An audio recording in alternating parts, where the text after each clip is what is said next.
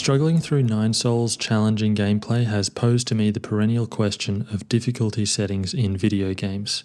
This topic has already been discussed and debated a great deal on the internet, but I want to approach it here in a different mode. This will be to discover a way of thinking about questions like, should games have an easy mode, according to the video game. I will make clear what I mean by according to the video game in the process of this essay. Such a posture will allow us to make the issue of difficulty and accessibility accountable to the experience of gaming. We'll move through the typical notions of the debate while inserting a radical intervention and subversion of standard conceptions of the essence of video games. To do this, many of the typical arguments against the necessity of easy modes in video games will be revisited. However, they will be placed in a new context, a radical and subversive imperative to think with video games as interhuman events rather than about them as discrete objects. Nine Souls is a 2D action platformer. It has Metroidvania elements, and the combat takes a lot of inspiration from Sekiro Shadows Die Twice.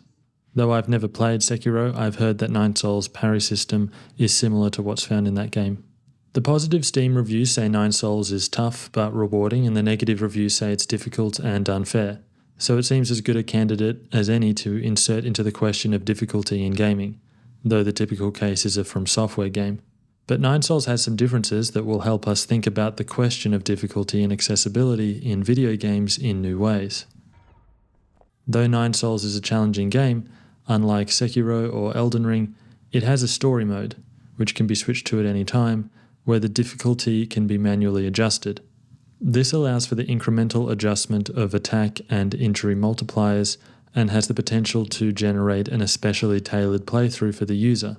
It gives them a lot of power to determine their experience with the game. For example, you could start with both multipliers at 100% so that it plays as it would in standard mode, but tweak it as you go to find a difficulty you're comfortable with.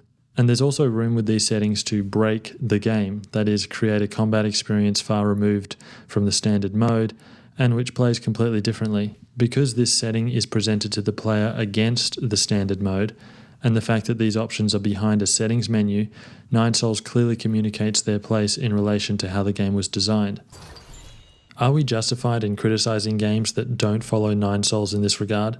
Should we advocate for easy modes against the practices of popular titles like Sekiro, Elden Ring, Spelunky, or Castlevania 3? Before exploring this question, an important distinction needs to be made with accessibility. Accessibility is a frequently cited case for the necessity of easy modes. However, accessibility and difficulty settings are not always the same thing. This is because not all accessibility options are to do with a game's difficulty or make it easier for people who don't need them. These include text-to-speech, high contrast modes, and visual cues for audio events. But there is an overlap because many of the accessibility options someone with a physical or cognitive disability might need also happen to make the game easier, like adjustable game speed, aim assists, or in Nine Souls' case, attack and injury multipliers. So the difference between accessibility settings and difficulty settings in these overlapping cases comes down to how they are presented. It is an issue of appropriate communication through which the developer can impose certain expectations on the player. But before determining how these settings might be conveyed in a way that matches the dynamic and emancipatory nature of the video game, a justification for easy modes, however they're presented to the player, will first need to be discovered. Their necessity will need to be discovered according to the video game, that is, according to gameplay, the lived experience of playing a video game. Once that is established, it will become clear how these settings ought to be communicated. Both these tasks will be an invitation to the video game to come into further accordance with itself.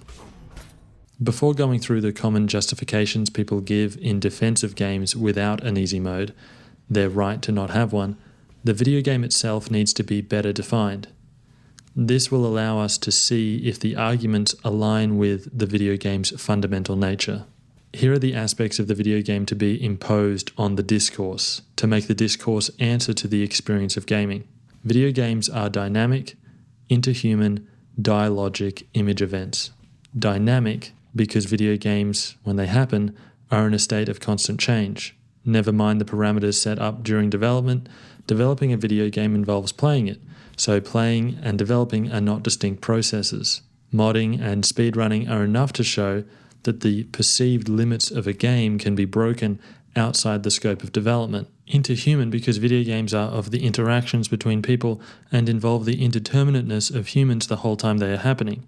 Dialogic, because they are a kind of back and forth dialogue where the event of the video game resides in neither party but in the in-betweenness described by Buber. Image event, because for all these ways just described in which the video game constitutes an event, it also entails an image. This image, by also being an event, is always new and can only be determined in the last instance by the player, despite how a developer or hardware might limit its possibilities. These are the aspects of the video game presented here as a means of pointing to its essence, which we will use to test arguments against the necessity of easy modes. Many justifications for the absence of easy modes in video games do not constitute coherent arguments and can be safely dismissed for this essay. For instance, sharing footage of a physically disabled person beating demon souls using only their feet or mouth or something, followed by the imperative to get good, is both reductive and ableist. This is a made-up example, but I've seen things to this effect. Such cases oversimplify the complex issue of game accessibility and disregard the diverse spectrum of abilities among players, erroneously suggesting that one person's exceptional achievement negates the need for broader inclusivity in gaming. And cases like this don't even have a direct connection to the necessity of an easy mode's absence. They might just as easily be deployed as a means of discouraging people from choosing easy modes at the select screen. Another common appeal for the exclusion of easy modes points to the finite resources of video game development. Development entails decisions about where to direct resources during production, and many developers, especially indie developers, should not be made to prioritize features like easy modes at the expense of others more important to their vision of the game. But this only responds to a different argument, which very few people are making, that every game should be made to have an easy mode. The real issue is more abstract and asks whether easy modes should be a standard we expect in the industry along the same lines as graphical settings. We can forgive their absence under certain contexts, but the expectations are generally imposed, and these settings are always viewed as a good feature to include. Larger game studios, like From Software, are held especially accountable in this regard. So the question is if we can also be justified in criticizing these studios for not including an easy mode, and what reasons for their absence should we accept. A small studio lacking resources is an easy exception to point to, but it only distracts us from the larger issue, which asks, what is the ideal? With that sort of rhetoric out of the way, we can distill the arguments against easy modes into two main interconnected points. But before describing them, I want to acknowledge that I haven't conducted anything close to an exhaustive review of the literature. These essays are intended to be fast experiments in thinking with video games and not comprehensive academic treatments or definitive statements on video game discourse. But even a trivial perusal will reveal two main repeating arguments, which are connected, both leaning on a particular conception of the video game that is completely at odds with how it was described above. I hope my portrayals of these arguments can serve for the purposes of this essay, but they are intended to work here as broad strokes for a representation of the discourse rather than specific arguments made by individuals.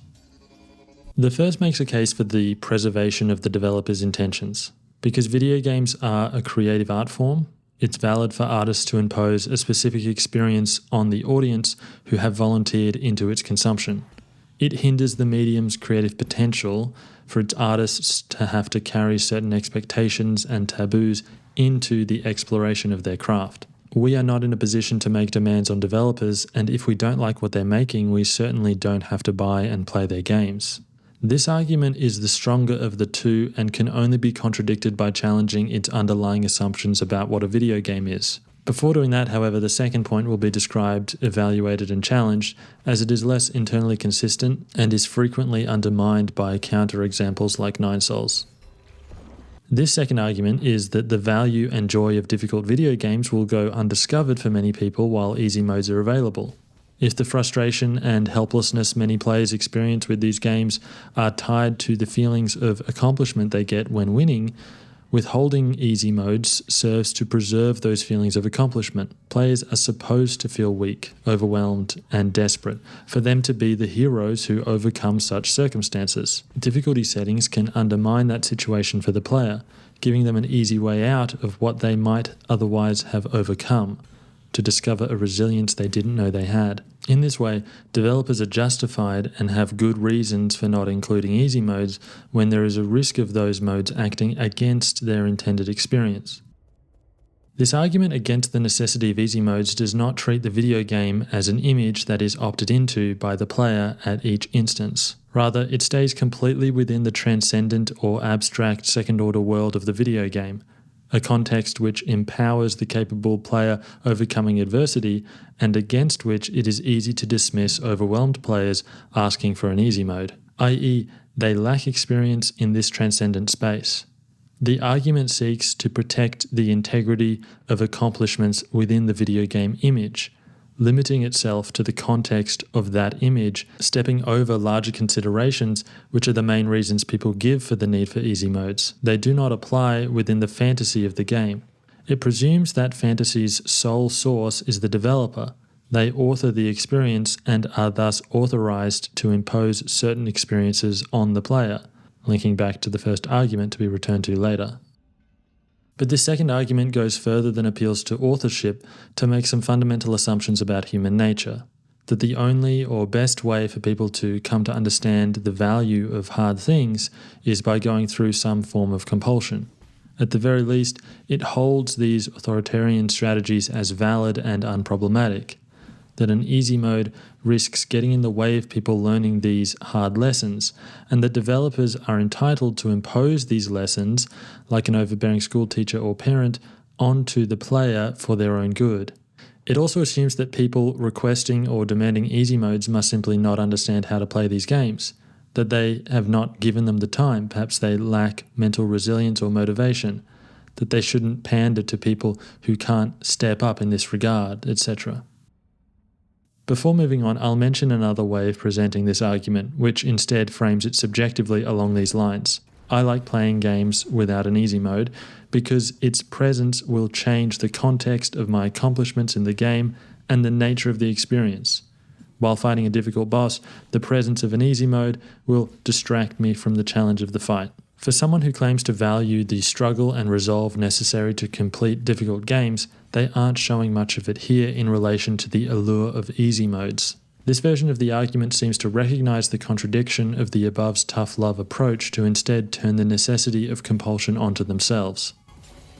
Both versions of this second argument, in defense of the absence of easy modes, are demonstrably untrue. Every instance of a difficult game, like Nine Souls maintaining its reputation as difficult, notwithstanding the presence of an easy mode, suggests that most gamers don't need to be forced into standard modes, especially when developers effectively communicate their intentions for the experience at the selection screen.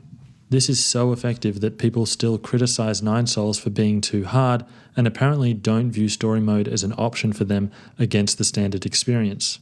I'm sympathetic to this and don't personally consider playing difficult role-playing games with any mode but the standard one. However, fighting games or shoot-'em-ups have the potential to be more difficult than any Souls-like, and for this reason, I will often use their difficulty settings and training features in the process of learning the game.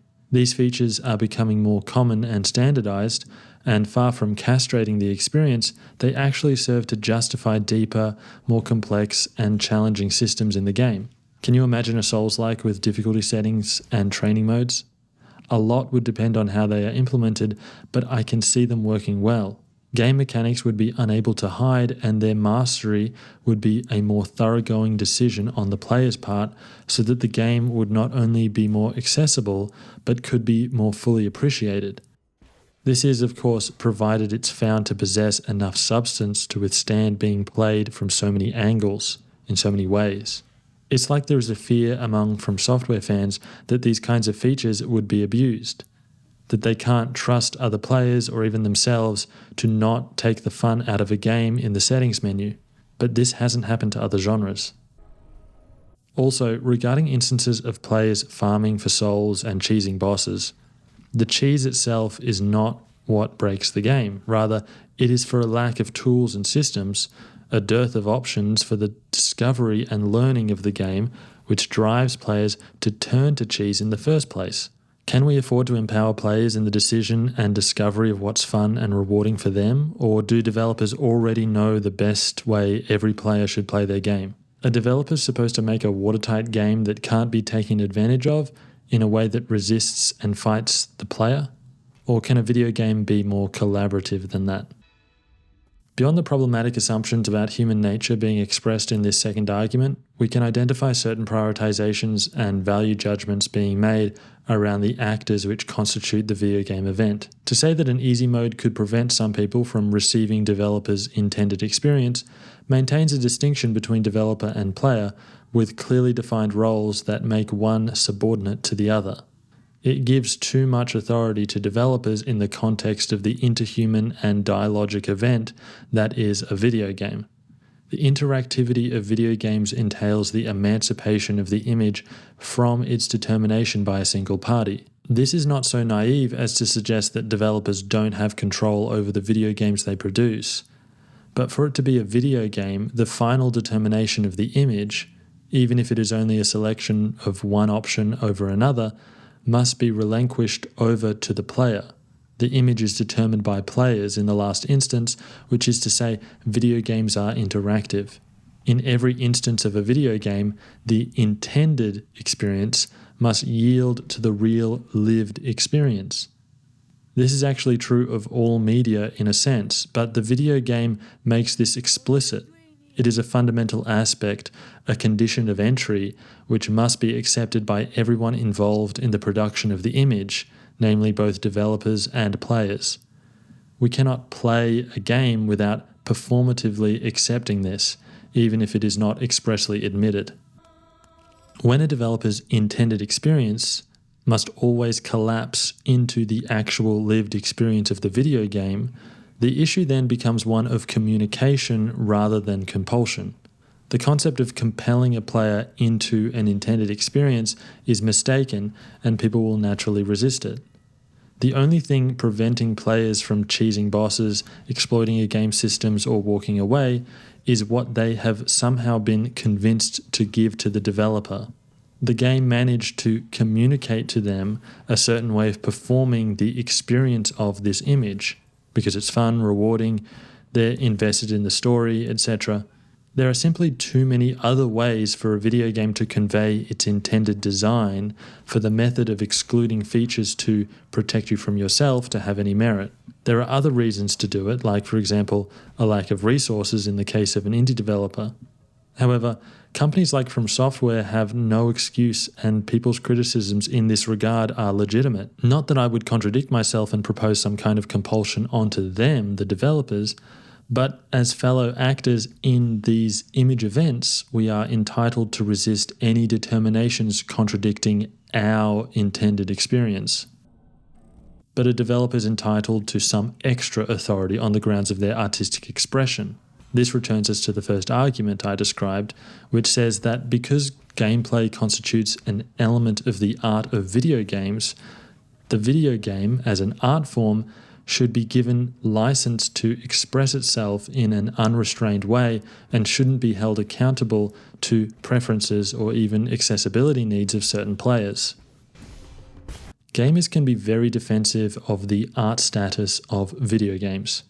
We feel a need to legitimize the practice in relation to other media like film, literature, and music.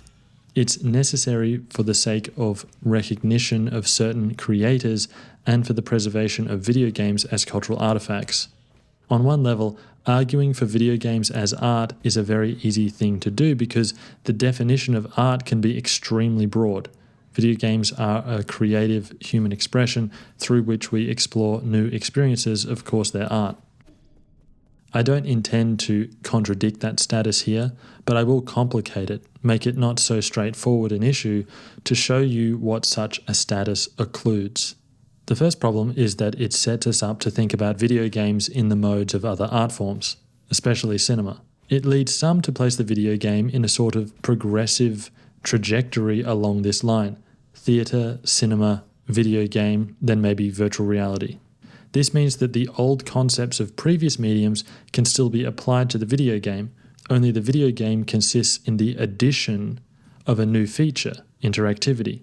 Or there is another line the video game gets put in where each medium can contain all the previous mediums inside it.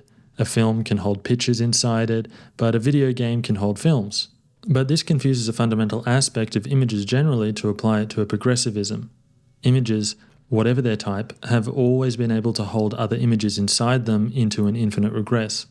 The distinguishing feature of each art form entails a completely different orientation with the world, which gets discovered, often unexpectedly, and not invented through the application of new technology. There's an example of this in Deleuze's Cinema 1, where he describes how early cinema sought to replicate the theatre until it discovered, through a kind of naivety, the concept of the montage. Technology alone cannot give us a truly new art form, especially when it is directed towards enabling the reenactment of other mediums. One of the sad motivations for graphical improvements in video games relates to the video game's insecurity in relation to the cinema. It's striving to achieve a cinematographic photorealism. But this all just gets in the way of the discovery and rediscovery of the video game proper, concepts which are its own and which cannot be thought in the style of other art forms. The problem is not that video games are somehow undeserving of the cultural capital placed on cinema and the like, but that every argument for the art status of video games is not ambitious enough. Art, as it is now understood in the public discourse, is too small a concept for the video game and only serves to limit its discovery of itself. The idea of easy modes encroaching on the artistic expression of the developer limits video games. It limits them through an implicit unidirectional definition of art being imposed on gaming. Gamers are spectators and they receive the experiences developers, who are the artists, will give them. But what is the creative evolution we have so far discovered in the video game, and what aspect of the experience can we attribute it to? It is the video game's ability to violate this very distinction between creator and consumer, and we call this feature of video games interactivity. This is a radically new mode that is very distinct from other mediums. Its contributions to human experience are far from exhausted because it itself is not just a concept. It is a platform for the discovery of new concepts, but their source is not the developer. The source of these new concepts is the event happening between players and developers, which are interchangeable roles that can be mixed. That is the site of creativity, and that is where we must point if we are interested in defining and valuing video games as art. Whether such a categorization is helpful to the video game event, if it helps us discover more of the video game's possibilities, I am not sure.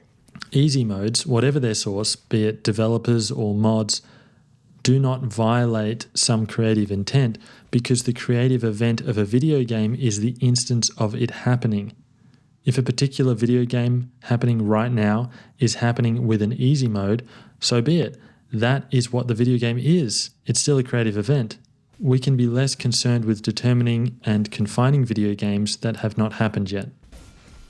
Regardless of how we choose to describe video games, we cannot dispute that they do at least contain art in its more traditional forms. This is how Hideo Kojima thinks of his video games. Art is the stuff you find in the museum, whether it be a painting or a statue. What I'm doing, what video game creators are doing, is running the museum. How do we light up things? Where do we place things? How do we sell tickets? For better or worse, what I do, Hideo Kojima, myself, is run the museum and also create the art that's displayed in the museum. Video games without an easy mode leave a great deal of their art, the art which they contain, inaccessible to many people. Arguments against the necessity of easy modes for the preservation of artistic intent are only concerned with the art of the whole video game. They do this in a way that can prevent access to the separate instances of art contained in a video game. Should players have to miss out on Nine Souls' story because they are uninterested in its challenging combat? Video games are made out of art. The visual assets, design, animations, music, and story should be enough to convince anyone of the cultural significance of video games. We do not need to make another argument on top of that for the artistic value of the whole, at least not in a deterministic way, because there is still so much to be discovered in that regard. However, one thing we can say about the whole, putting art aside for a moment, is this: video games are software. Software has some very significant properties pertaining to human freedom which ought to be preserved against its commodification as a perceived discrete object. Consider what the Free Software Foundation says about this on their website. Software differs from material objects such as chairs, sandwiches, and gasoline in that it can be copied and changed much more easily. These facilities are why software is useful. We believe a program's users should be free to take advantage of them, not solely its developer. I'm not going to get into all the implications of this and will confine what I say to what is relevant to the topic of this essay. The issue of free software is not one of price but freedom. It's a freedom video games possess automatically and which has been enjoyed by modding communities since the beginning. It's a freedom that can only be undermined through great effort on the developers' and publishers' part, to go against the video game's basic nature, to turn it into a one-way communication, more easily controlled, sold, and reproduced on their terms. The concept of video games as art has unfortunately been mobilized to support larger systems of control. This is because companies like Nintendo will use that status to protect their intellectual properties against the enjoyment of video games as software, as dynamic events that no sole actor can determine in the process of their distribution. To participate in a video game event, we purchase a video game, but what exactly have we bought? We ought to have purchased the determination of future instances of that event pertaining to us. I'm not advocating for piracy here, but if someone wants to mod their game to give it an easy mode it didn't already have, this is still a legitimate experience with the software. It might not be what the developers intended, but video games are always determined in the last instance by the player. The label of art should not be allowed to override the video game's more fundamental aspects as software. From the perspective of software development, of course we are entitled to request easy modes along with any other options we can think of to access the experience in the way we intend to. I need to set the limits of the application of what's been said here so it doesn't get overextended. As has been already mentioned, there will be practical obstacles to including easy modes and accessibility options for many video games, especially those from indie developers and small studios. However, it is a healthy expectation for us to impose on the industry. This is not only for those individuals who depend on these settings for their enjoyment of and access to many video games and their art. Above, we've seen how these modes accord with the video game's fundamental nature, as software, and as a dialogic interhuman image event. The thing that sets video games apart is that the user plays an essential role in the determination of the image. This does not contradict the game developer's intended experience, which of course is still valued, but video games must contain multiple intentions that are not necessarily aligned. So, to limit the video game's determination on the basis of the creative authority of the developer is counter to the essence of gaming. At the time of writing this, I've not yet finished my playthrough of Nine Souls, but I'm approaching the final boss. I've had no inclination to adjust the difficulty away from the developer's intended experience, not for a sense of honor, pride, or reverence for creative intentions, but for my agreement with what this video game has to say. Video games have things to say, ideas to posit, and concepts to think, besides what can be said through words. Nine Souls combat is designed around a parry mechanic, and each boss fight is a lesson in choreography around that system, its timings, and the placement of talismans which are obtained by parrying. Adjusting the difficulty will strip a great deal of meaning from these systems. However, the standard mode will not be to everyone's taste, and I appreciate the story mode for its potential to enable the discovery of new concepts this game is capable of expressing, and for the access it gives to the many instances of art contained within. It is an example of the video game enjoying its right to a freedom that is absent in other media. For a video game is more than a simple authored object. It is an unresolved creative event we all get to be a part of.